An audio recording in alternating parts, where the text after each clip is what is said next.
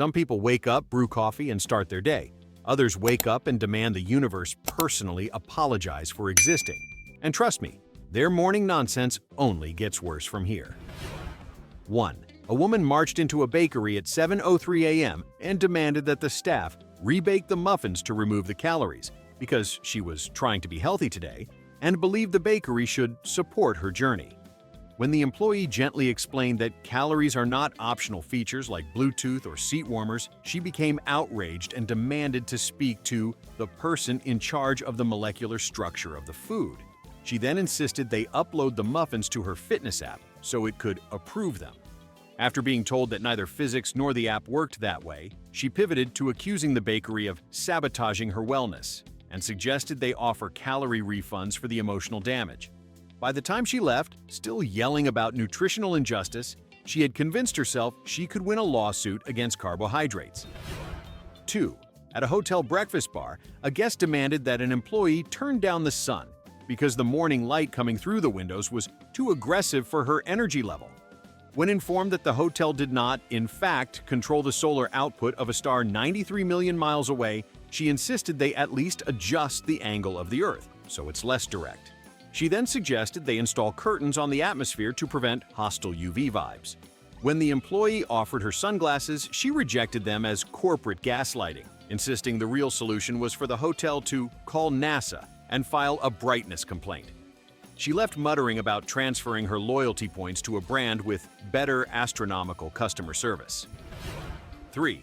A customer entered a coffee shop before opening hours, saw the lights off, the chairs still on tables, and demanded a full latte immediately, not eventually, insisting she could feel the caffeine debt building in her bloodstream.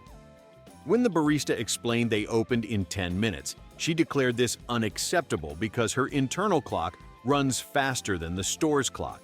She then demanded the shop reimburse her for the productivity she lost during those 10 minutes, claiming her employer would absolutely dock her wages for this delay. When told that wasn't how jobs work, she accused the barista of weaponized time management, insisted they break the store policy for her, and then snapped a photo of the closed sign as evidence of blatant hostility toward morning people. 4. A woman at a grocery store demanded that an employee fetch a fresh watermelon from the back because the ones on display had the wrong spiritual vibration.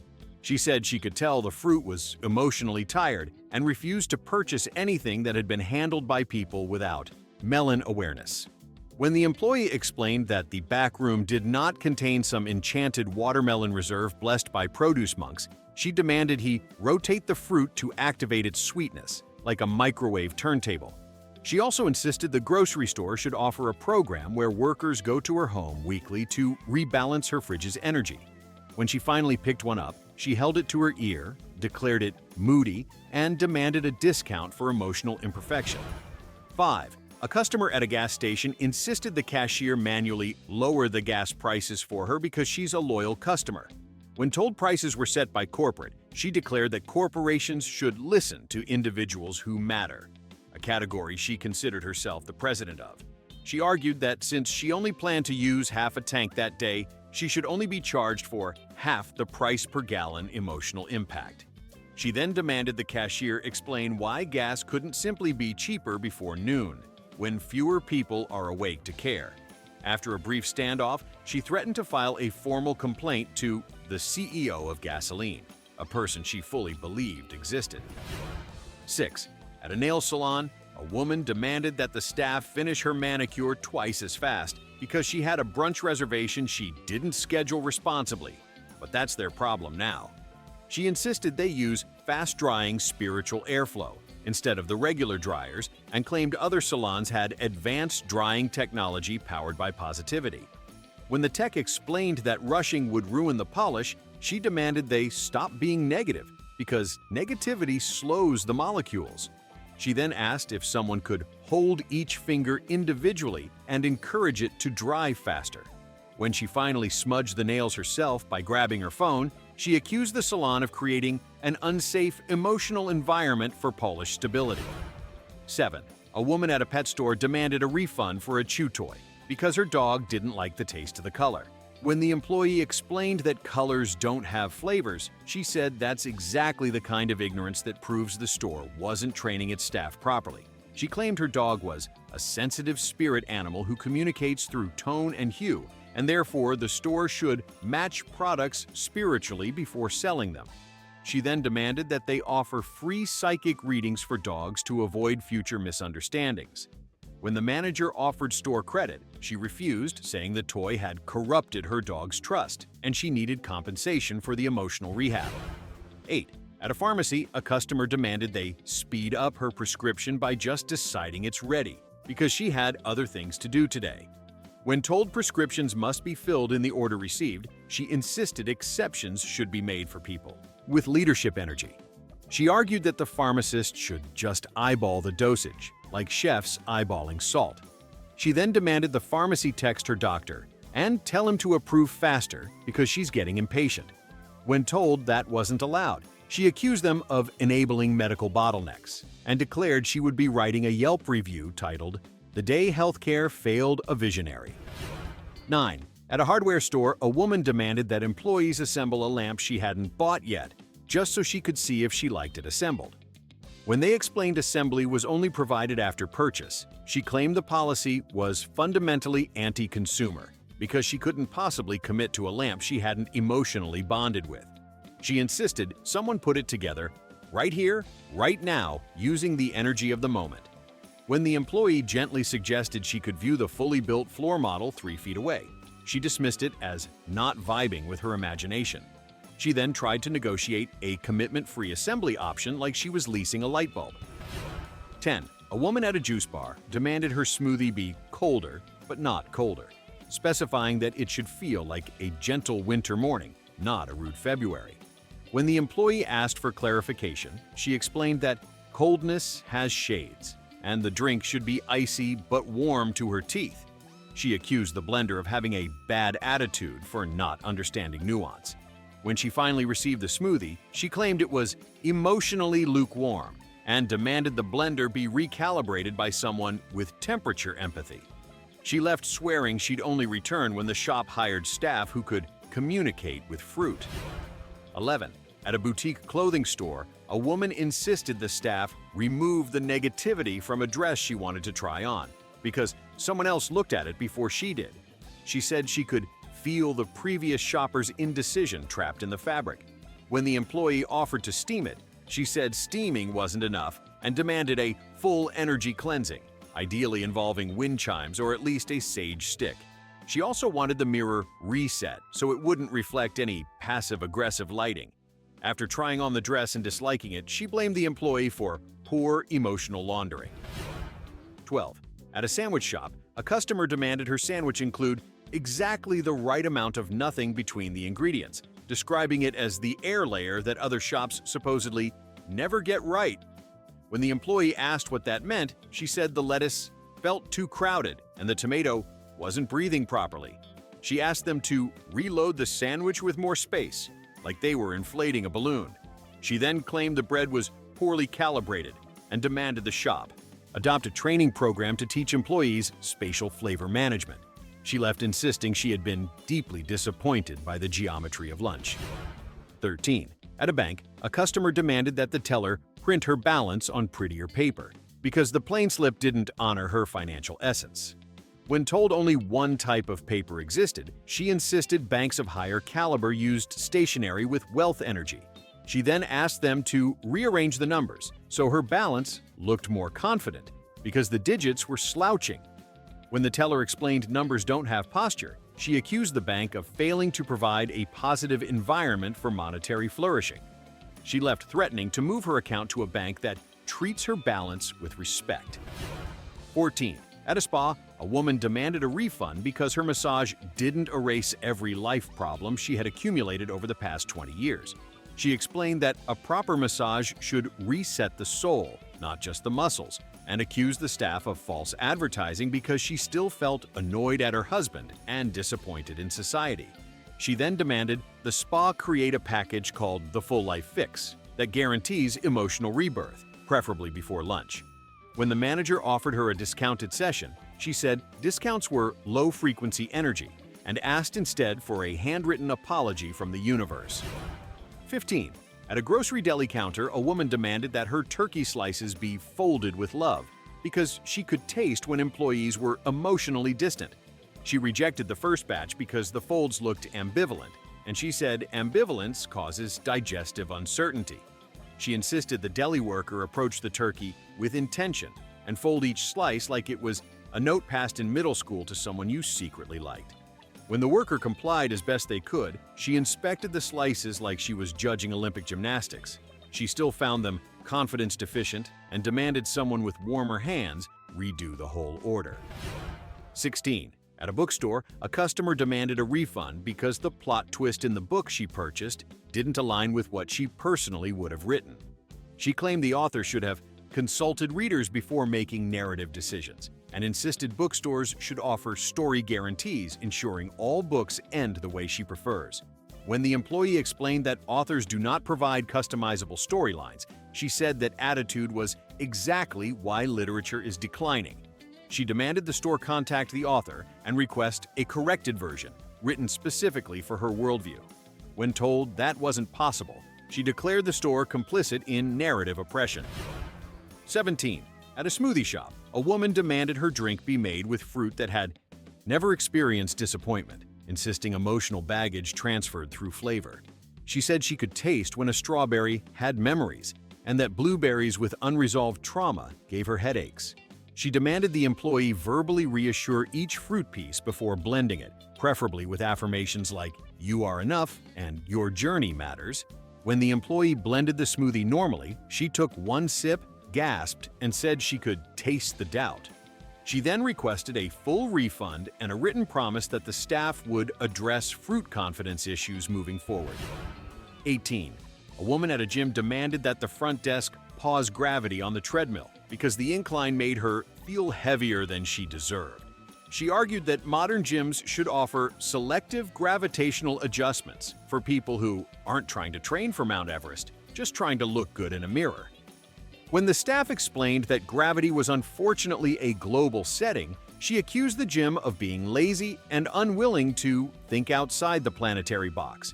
She insisted they at least call corporate to request temporary gravity relief so she could finish her workout without feeling oppressed by physics. After refusing to accept that incline is not a personal attack, she left threatening to take her business to a fitness center with more cosmological flexibility. 19. At a pool supply store, a customer demanded to return a floaty because it didn't support her emotional weight, claiming she felt spiritually unstable while drifting. She insisted the product description should warn customers if the floaty lacks the confidence to carry a fully grown woman plus her morning anxiety. When the employee gently explained that flotation devices do not come with psychological endorsements, she accused the store of selling items with insecure buoyancy. She suggested manufacturers should include a small motivational speaker inside the float to whisper affirmations like, "You're safe," and "You're lighter than you think." After refusing store credit, she demanded they compensate her for the emotional splash trauma she suffered while wobbling gently in 3 feet of water. 20. At a car dealership, a woman demanded they program her new vehicle to never get dirty, insisting the dealership must have access to protective nano-coatings that repel dust, pollen, and consequences. When the salesperson told her cars still require washing, she said that sounded like a scam invented by Big Soap. She then demanded the car be recalibrated so rainwater would slide off artistically like in commercials, rather than hit her windshield with the emotional violence of a weather report.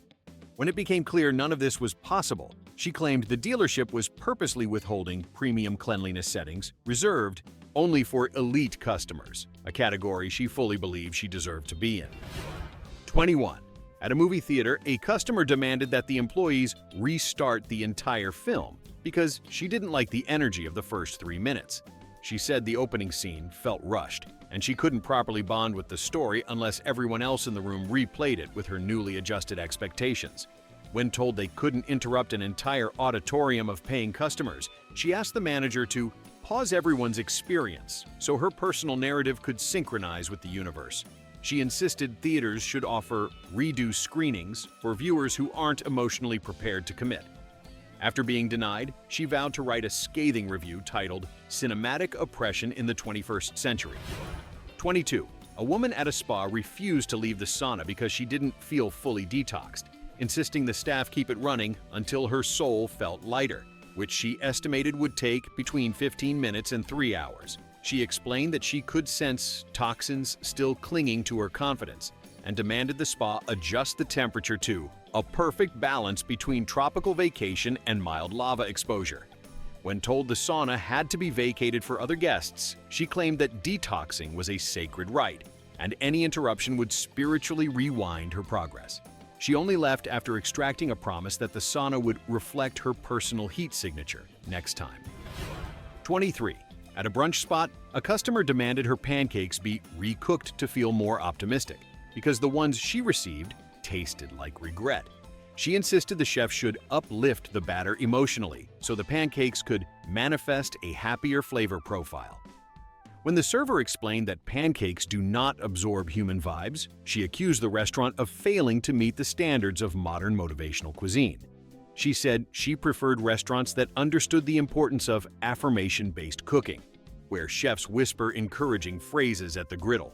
She then demanded a refund for emotional dullness in a breakfast context. 24. At a salon, a customer complained that her haircut looked too honest, insisting the stylist soften the truth of the shape because it made her face tell a story she didn't consent to. She claimed the stylist didn't trim her hair with enough optimism and demanded they round out the realism so she could look like someone unburdened by reality. When the stylist offered to adjust the layers, she said layers weren't the issue. The issue was the haircut's narrative arc. She wanted a cut with the emotional smoothness of a rom-com, not the hard truths of a documentary. She then demanded the salon rewrite her hair story entirely. 25. A woman at a home decor store demanded a refund for a scented candle because the scent didn't match the color, claiming the lavender candle should not smell like lavender unless it also felt lavender emotionally. When the employee explained that colors and smells don't negotiate with each other, she insisted the candle was guilty of sensory dishonesty. She claimed the scent should be more purple and the wax should visually commit to that promise. She then lectured the staff on how products should achieve aroma-aesthetic synergy, a concept she invented mid-sentence. She demanded compensation for the identity crisis the candle caused her living room.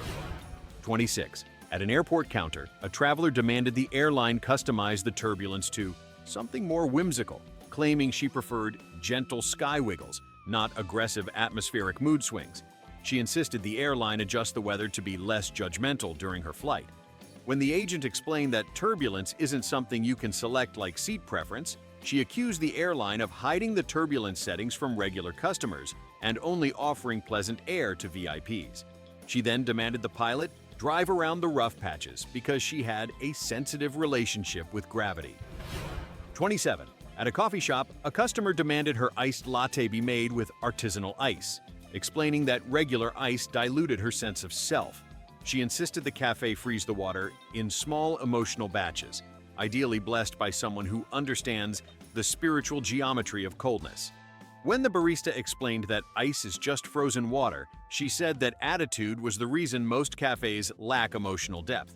She then demanded the manager comp her drink because she'd already suffered enough from unrefined cubes. 28. At a gift shop, a woman demanded a refund on a mug because it didn't inspire her the way it did on the shelf.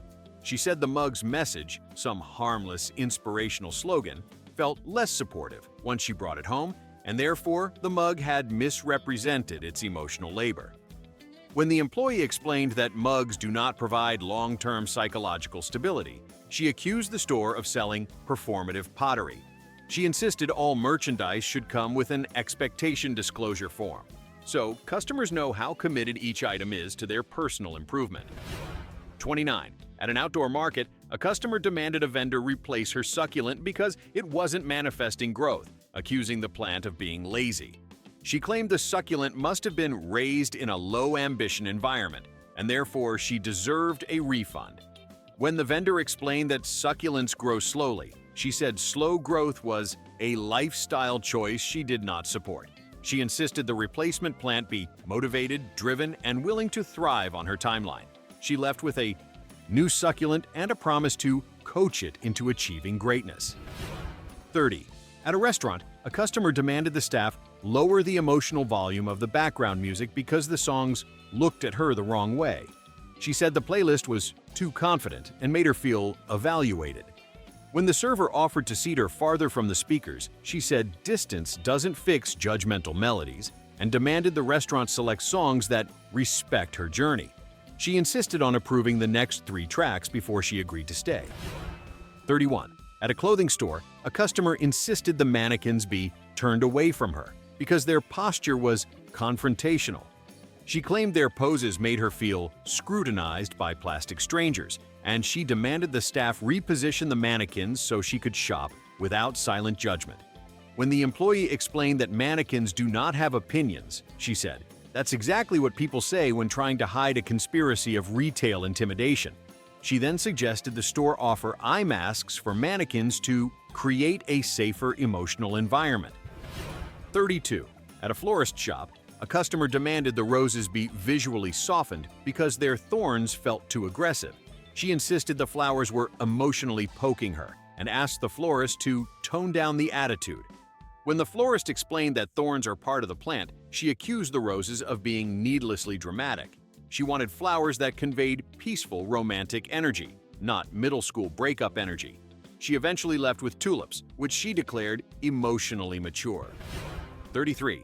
At a boutique, a customer demanded a refund for a scarf because it didn't match her aura, claiming the color clashed with her inner glow, which she described as somewhere between sunrise peach and triumphant gold.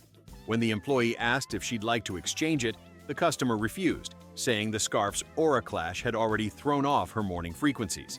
She insisted the store compensate her for her disrupted daily alignment, as though the scarf had personally staged an attack on her spiritual GPS. 34. At a bakery, a customer demanded her croissant be flakier but also sturdier, essentially requesting a pastry that obeyed contradictory physics. When the baker explained that making it flakier would make it less structurally stable, she accused the bakery of lacking culinary ambition. She said other places, unnamed, possibly imaginary, created pastries with perfect duality, and she deserved the same. She then demanded the kitchen retrain the butter so it understood her texture requirements. After inspecting the next croissant like a jeweler examining a fraudulent diamond, she declared it emotionally inconsistent and requested a refund for its failure to achieve pastry. Enlightenment. 35. At a boutique juice cleanse kiosk, a woman demanded her detox drink be filtered through more enlightened mesh, claiming the current strainer didn't understand her commitment to purity. She insisted the employee replace the filter with one woven by someone who has cried in the woods at least once, because only then would the juice carry the correct emotional frequency. When the worker suggested the drink was already strained, she said she could taste the unresolved tension in the pulp and demanded a third round of purification to remove the passive-aggressive energy.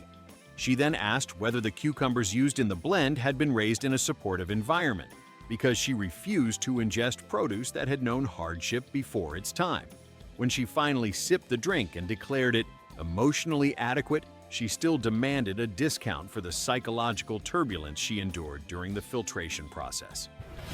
36. At a tech store, a customer demanded the staff update the Wi-Fi to a more ambitious frequency, insisting the current connection lacked drive and reflected poorly on her productivity aura.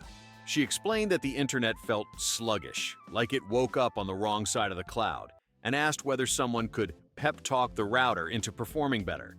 When the technician offered to restart it, she accused him of enabling the router's laziness, insisting the device needed tough love, not naps.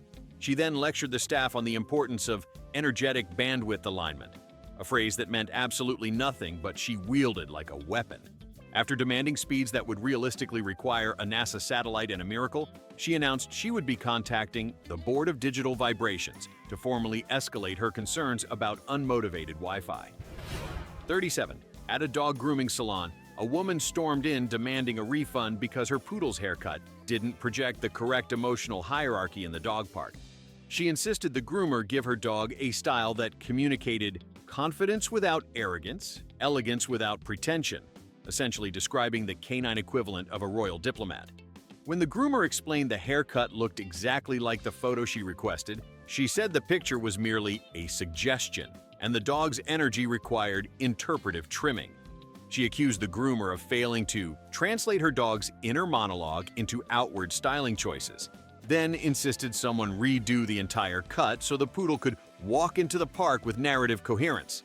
The dog, meanwhile, stared into the distance like it, too, wanted a refund on the situation. 38. At a gas station convenience store, a woman demanded the cashier reset the vibe of the snack aisle because she felt the chips were judging her for not choosing the healthier option. She insisted the store rearrange the layout so the cookies wouldn't stare directly into her decision-making process, and requested that all candy be moved somewhere less emotionally intrusive. When the cashier explained that snack foods do not have opinions, she countered that you can feel the passive aggression in the packaging, especially on the potato chips, which she said had the smug look of someone who knows you'll cave. She demanded the store temporarily close the aisle so she could shop without ambient snack shame. And when that didn't happen, she purchased a single granola bar with the quiet fury of someone betrayed by carbohydrates. 39. At a high-end home goods store, a customer demanded a refund because the expensive throw blanket she bought wasn't as supportive as she expected, explaining it failed to comfort her emotionally during last night's self-care session. She insisted the fabric felt soft but untrustworthy, as though the blanket was holding something back. She asked if the blanket had been made by someone having a bad day, because she could sense unfinished emotional business woven into the fibers. When the employee suggested exchanging it, she refused, claiming the blanket had already seen too much of her vulnerability. She then asked the store to offer a new line of textiles, crafted exclusively by people who have worked through their personal issues. 40. At a coffee shop, a woman demanded the barista give her latte more leadership presence because the drink tasted weak-willed, like it didn't believe in itself. She insisted the foam had no ambition, and the espresso tasted like it was afraid of confrontation. When the barista remade the drink, she claimed the new cup still lacked assertiveness and demanded the coffee be brewed by someone with stronger convictions. She then asked whether the beans had been sourced from regions known for emotional resilience, because she refused to drink coffee that still carries the energy of indecision. She finally walked out holding her third latte like a disappointed coach carrying the trophy her team failed to earn. 41. At an airport lounge, a traveler demanded the attendant lower the tension in the air, claiming the room felt anxious, even though the only palpable tension was her own. She insisted the lounge diffuse a scent with less stress memory, and asked whether the chairs could be rearranged into a formation that supports inner balance. When told the furniture wasn't designed for feng shui experiments, she accused the lounge of aviation energy negligence. She insisted some passengers breathed too loudly and demanded a quiet hour for emotionally sensitive flyers. After being denied, she took a deep breath, declared the room beyond repair, and marched out to complain about the emotional toxicity of gate seating instead. 42. At a grocery store bakery, a woman demanded that her baguette be less confrontational, explaining the crust was too sharp for her emotional state. She said the bread looked like it was judging her life choices, and accused the baker of making loaves with unresolved anger issues. She suggested they train the dough to be more welcoming, and when told that's not how bread works, she declared the bakery hostile to gluten-sensitive empathy. She then demanded a baguette with a gentler arc and a more forgiving crumb, like she was trying to negotiate a peace treaty between France and carbohydrates. 43. At a garden center, a customer demanded the staff apologize to her on behalf of the cactus aisle because she pricked her finger while touching a plant after ignoring a large, bold sign reading "Do Not Touch." She insisted the cactus was acting out of spite and that the garden center should offer consent-based plant interactions. When the employee reminded her that cacti are literally covered in spines, she said the store should at least debrief her emotionally after such an attack. She demanded a free succulent for pain and spiritual suffering, then stormed off, shouting that the desert biome was out of control. 44. At a hotel, a guest demanded the lobby staff politely ask the chandelier to dim itself because its glow felt smug. She claimed the lighting made her feel personally roasted, as if the chandelier were whispering, "Look who didn't sleep enough." When maintenance explained the brightness settings were fixed, She accused the hotel of enabling architectural arrogance. She then asked whether they could cover the entire chandelier with a large scarf to pacify its ego. And when told no, she demanded complimentary breakfast to make up for the emotional glare. 45. At a small bookstore, a woman demanded the clerk alphabetize the fiction section according to emotional relevance, rather than the actual alphabet, because she found the standard order soulless. She insisted the books be grouped by vibe clusters, which she described as universally understood if you're spiritually literate. When the clerk asked what a vibe cluster was, she said it was obvious and refused to elaborate. She then demanded the store stop selling novels with low self-esteem titles, claiming they dragged down her reading confidence. After announcing she would start her own library based entirely on emotional taxonomy, she purchased a single book and promised to return once it proved itself. 46. At a cafe, a woman demanded the manager retrain the spoons because they kept clinking too loudly, creating what she called auditory aggression. She insisted spoons should be taught respectful contact with mugs and said the utensils lacked manners. When the manager explained it was just normal silverware noise, she responded that modern cafes should invest in conflict-free cutlery crafted to avoid harsh emotional tones. She then suggested they develop a spoon etiquette curriculum and offered to consult for a fee. The spoons tragically remained uneducated. 47. At a day spa, a customer insisted the eucalyptus steam felt judgmental, claiming the scent carried undertones of disappointment. She demanded the spa switch to a more supportive aroma that smells like encouragement and financial stability. When the attendant offered lavender, she recoiled and said lavender was passive-aggressive at best. She then asked if the spa could blend a custom scent based on her astrological chart, ideally something that conveyed Capricorn efficiency with Libra warmth. The attendant, a person with limitless patience, offered peppermint instead. She said peppermint felt too ambitious. 48. At a cafe patio, a customer demanded the waiter rebalance the wind because the breeze kept flipping the corner of her menu, and she felt meteorologically bullied. She insisted the restaurant install wind blockers that protect emotionally fragile diners, and claimed the sun was glaring at her judgmentally as well. She asked if the staff could at least rotate the earth a little to angle the sunlight differently. When the waiter offered to move her to the shaded side, she said shade carried too much melancholy and refused. She ultimately blamed the entire patio for lacking weather neutrality. 49.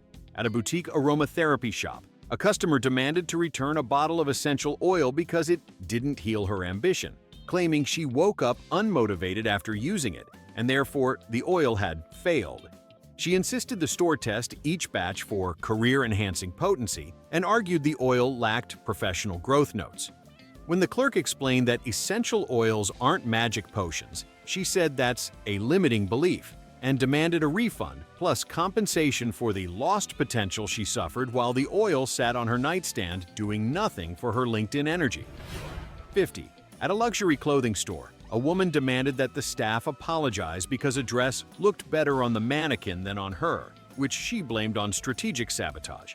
She insisted the employees had fluffed the mannequin's confidence, making the dress appear more flattering, and demanded they defluff the mannequin immediately to balance the scales. She claimed the reflection in the dressing room mirror lacked emotional neutrality and asked if they could recalibrate it so it wouldn't side with the mannequin. She finished by declaring the entire fashion industry a coordinated conspiracy against her torso. 51. And finally, because the universe loves symmetry, a woman at a supermarket demanded to speak to the manager because the self-checkout machine didn't congratulate her for scanning everything correctly. She insisted the machine should offer verbal affirmation like "great job" or "march or "you're thriving today," because she refused to be emotionally abandoned by technology. When the manager explained it wasn't programmed to compliment shoppers, she said that was an unacceptable failure of the digital age and demanded the store install a setting that recognizes customers as high-achieving individuals. She ended the conversation by declaring she would not return until the machine respected her accomplishments, meaning she successfully argued herself into a standoff with a barcode scanner. And there you have it, A full morning's worth of chaos proving some people wake up already committed to nonsensical greatness. Hit like and subscribe so we can keep digging for even dumber.